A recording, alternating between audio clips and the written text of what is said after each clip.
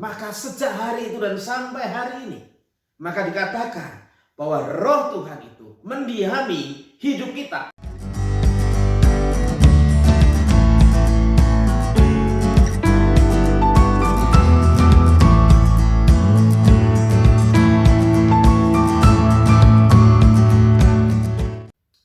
Salam sehat, salam kudus. Apa kabar sobat-sobat kudus? Saya mengajak sobat untuk mendengarkan dua kisah saya. Kisah yang pertama, tatkala saya menggembalakan sebuah gereja. Gereja itu menempati sebuah sekolah, dan satu hari salah satu aktivis yang juga seorang guru berkata kepada saya, sekolah ini ada hantunya. Sekolah ini ada hantunya. Kemudian saya berkata kepadanya, loh kok kamu menganggap sekolah ini ada hantunya, kenapa? Loh kan memang katanya setiap sekolah itu ada hantunya, Pak. Saya perlu waktu yang cukup panjang untuk menjelaskan bahwa apa yang ada di pikiran guru ini salah. Kisah yang kedua masih di kota yang sama. Saya mengajar sekolah milik gereja. Saya pergi ke sana 2-3 kali di dalam seminggu untuk mengajar. Satu hari ada laporan dari sekolah bahwa anak-anak itu mengalami ketakutan, ini SMP, mengalami ketakutan oleh karena merasa di sekolah itu ada hantunya, ada setannya. Dan sudah berhari-hari setiap kali istirahat mereka membicarakan tentang hantu atau setan. Ketika saya kemudian datang hari mengajar dan saya tahu persis kira-kira siapa tokoh remaja di balik cerita-cerita itu. Dan waktu itu dia sedang bersama dengan teman-temannya, kongko, barangkali juga ngobrol soal hantu itu. Saya masuk di situ, saya ngobrol dan kemudian saya bertanya, kalau anaknya presiden ceritanya tentang apa ya? Ya cerita tentang bapaknya presiden. Kalau kemudian anak pengusaha ya cerita tentang usaha bapaknya atau produk pabriknya. Kalau anak Tuhan cerita ya tentang Tuhan. Lah kalau cerita setan anaknya, dia tidak menjawab. Anak-anak itu tidak menjawab. Kemudian saya menjelaskan, ya jelas harusnya anak Tuhan cerita Tuhan. Jadi jangan cerita lagi tentang setan. Dan sejak hari itu menurut saya anak-anak tidak lagi cerita tentang setan di sekolah Kristen itu, dan tidak ada lagi laporan tentang hal itu. Nah, melalui dua kisah ini saya ingin menyampaikan betapa pentingnya kita memahami tentang roh Tuhan dan juga roh yang lain. Pemahaman rekan-rekan sekalian sebagai orang Kristen, sebagai pendidik tentang roh Tuhan akan mempengaruhi bagaimana rekan-rekan mengajarkan tentang kebenaran kepada para peserta didik atau kepada orang-orang yang rekan jumpai seumur hidup. Nah, kalau kita berbicara tentang Roh Kudus, maka kita harus memahami bahwa Roh Kudus itu adalah roh yang mendiami hidup kita. Ketika Tuhan Yesus naik ke surga, sebelumnya ia berpesan kepada para murid bahwa ia akan mengutus Roh Kudus untuk menemani mereka, roh penghibur.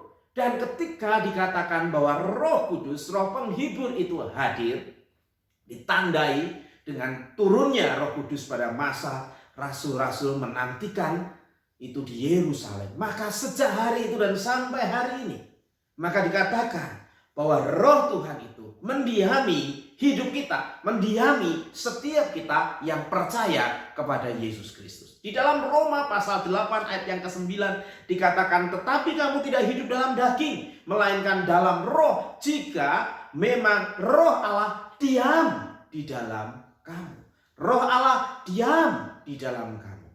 Ketika roh Tuhan itu diam di dalam diri kita, maka roh itu akan menetap. Roh Tuhan tidak kemudian naik turun. Ketika dikatakan Roh Kudus itu mendiami kita, maka Roh Kudus itu tinggal di dalam hidup kita. Roh Kudus itu memberikan pengaruh, memberikan efek di dalam hidup kita. Ia tinggal bersama-sama kita. Dan Ketika ia tinggal bersama kita, maka ia akan memberikan dampak di dalam hidup kita. Ketika roh Tuhan itu dikatakan mendiami kita, itu artinya ia selalu ada bersama-sama dengan kita. Tidak pernah ia tidak ada di dalam hidup kita. Bahkan ketika satu waktu kita gagal melakukan firman Tuhan, jatuh ke dalam dosa, roh Tuhan tidak meninggalkan kita. Barangkali untuk sementara waktu ia diam, tidak berbicara kepada kita, memberi kita waktu untuk berpikir dan menyadari dosa kita. Tetapi kemudian ia akan berbicara, menyatakan kesalahan kita dan membawa kita kembali kepada jalan yang benar. Ia diam bersama-sama dengan kita.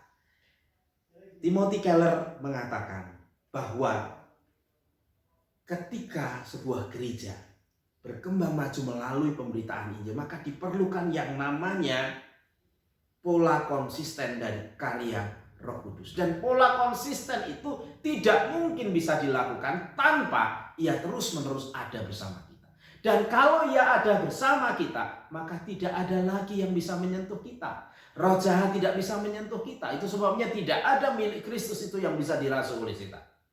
Ini penting. Sebab kadang-kadang sebagai guru Kristen, sebagai orang Kristen, kita masih bisa menganggap bahwa roh setan itu bisa merasuk orang Kristen. Tidak demikian. Sebab apa? Sebab sudah ada roh Tuhan di dalam diri kita. Roh Tuhan yang mendiami diri kita. Nah sobat, ini yang pertama yang kita perlu pahami. Yang kedua, kalau kita berbicara tentang Roh Kudus di dalam hidup kita, maka kita harus memahami bahwa Roh Kudus itu tidak hanya tinggal di dalam diri kita, tetapi ia melakukan karya yang namanya menguduskan. Roh Kudus itu menguduskan hidup kita. Di dalam Roma pasalnya yang ke-15 ayat yang ke-16 dikatakan supaya bangsa-bangsa bukan Yahudi dapat diterima oleh Allah sebagai persembahan yang berkenan kepadanya, yang disucikan oleh Roh Kudus. Ini penting.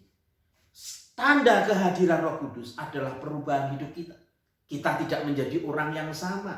Ada perubahan yang makin hari kita makin serupa dengan Kristus. Kita sekalian diselamatkan oleh Tuhan untuk kita makin hari itu hidup selaras dengan Kristus. Kita meninggalkan manusia lama dan kemudian mengenakan manusia baru.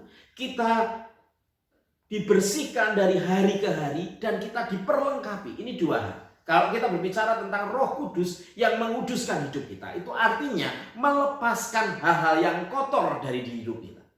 Dan kemudian memberikan kita hal-hal yang baru, hal-hal yang benar. Membuat kita bisa terbiasa hidup benar, hidup selaras firman Tuhan.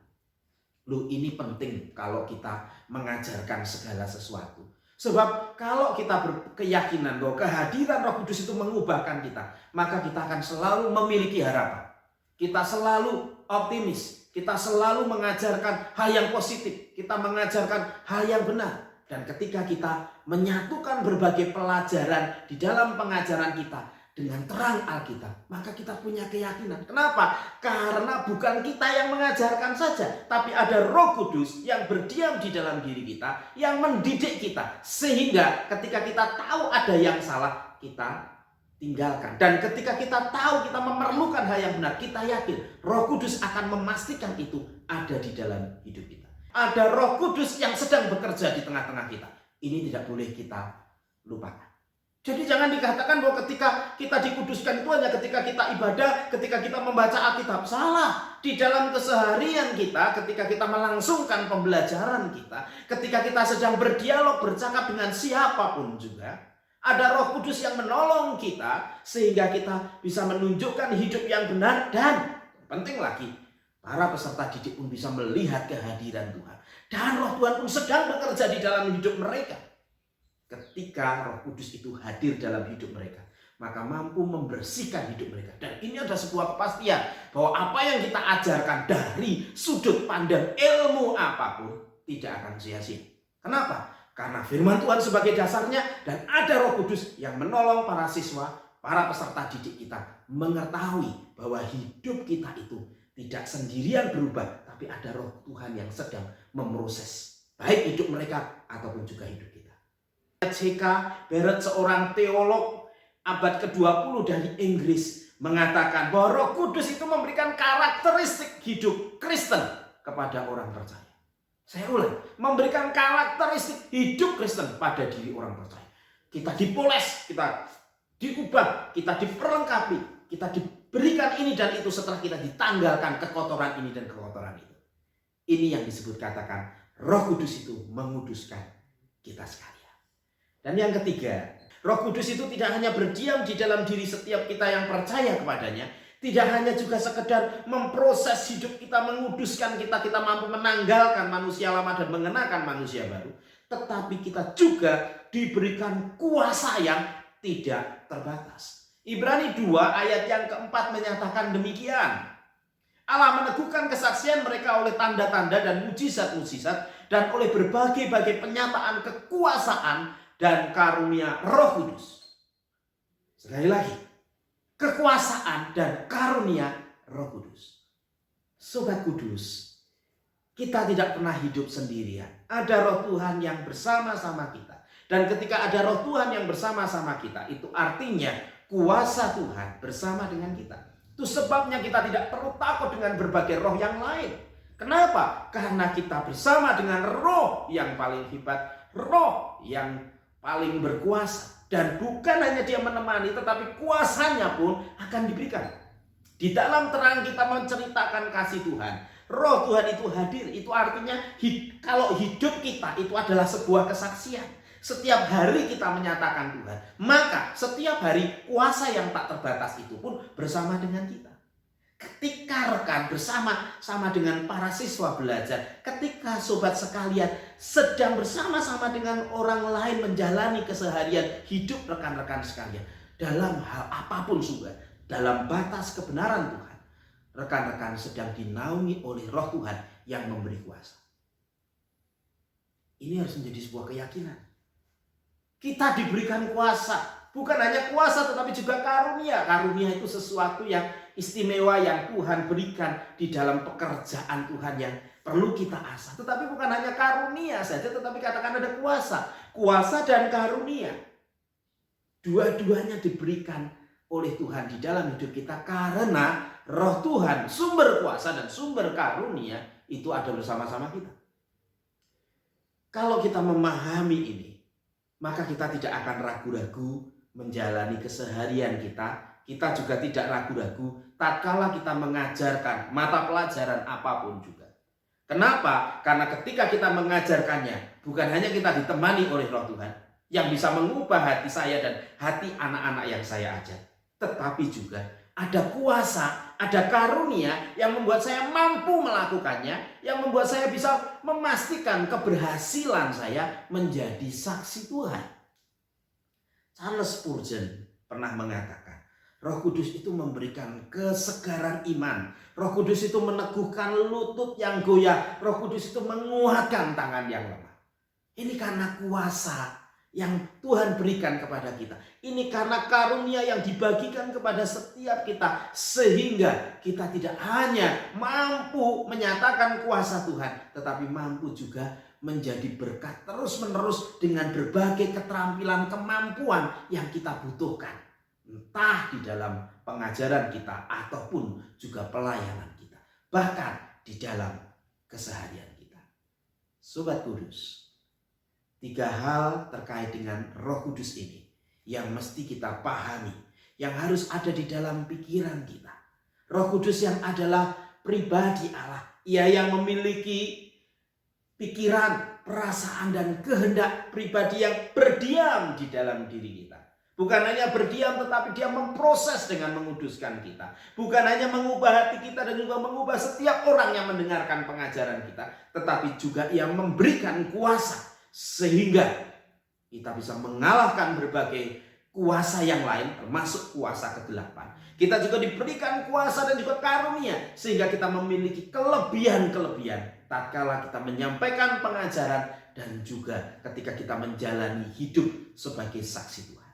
Kiranya Tuhan menolong sobat sekalian untuk meyakini bahwa kita selalu ditemani Roh Kudus. Kita diubah oleh Roh Kudus dan kita diberikan kuasa dan karunia. Bukan hanya kita, tetapi juga anak-anak yang Tuhan percayakan kepada kita. Tuhan Yesus memberkati.